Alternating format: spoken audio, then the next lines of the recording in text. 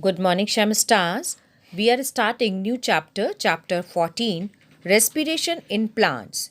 In this presentation, we will talk about respiration, cellular respiration, respiratory substrates, and types of respiration.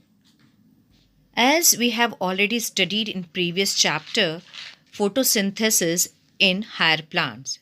So we know photosynthesis takes place within the chloroplast, whereas breakdown of complex molecules to yield energy takes place in the cytoplasm and in the mitochondria. The breaking of carbon-carbon bonds of complex compounds through oxidation within the cell leading to release of considerable amount of energy is called respiration. The process of respiration in plants involves using the sugars produced during photosynthesis plus oxygen to produce energy for plant growth. In many ways, respiration is the opposite of photosynthesis.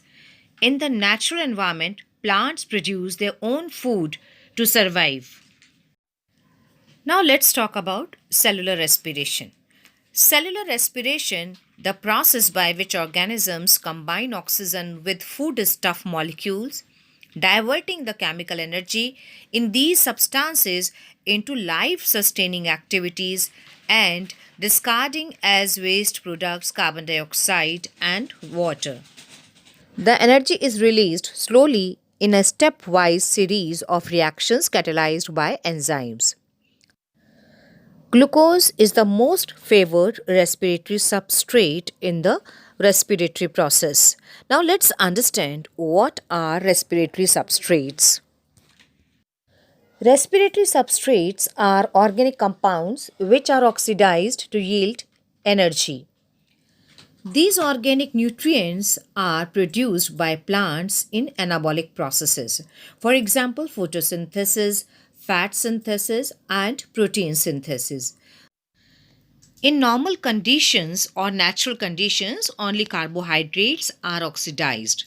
If carbohydrates are used up and shortage become acute, then other protoplasmic structures may be catabolized.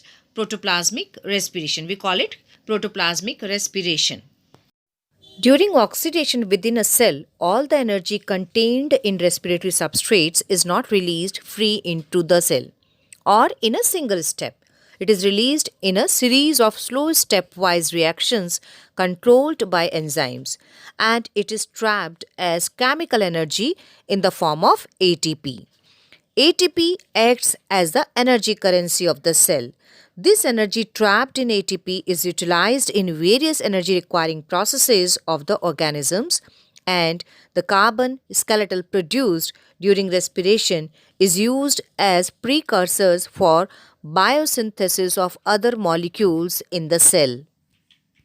Respiration is of two types, aerobic respiration and anaerobic respiration.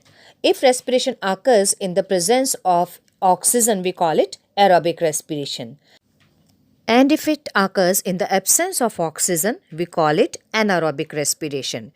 Aerobic respiration yields more energy as the respiratory substrate is completely oxidized in the presence of oxygen, compared to anaerobic respiration, where the substrate is only partially oxidized in the absence of oxygen.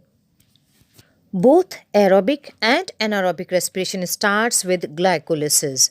In aerobic respiration, glycolysis is followed by citric acid cycle and then electron transport system, both occurring in the mitochondria, which we will discuss in the next presentation. In anaerobic respiration, glycolysis is followed by formation of ethyl alcohol or organic acid that occurs in cytoplasm. So children, this is all about today's presentation, where we have learnt about respiration, different types of respiration and respiratory substrate. I hope you must have understood. In the next presentation, we will talk about mechanism of respiration.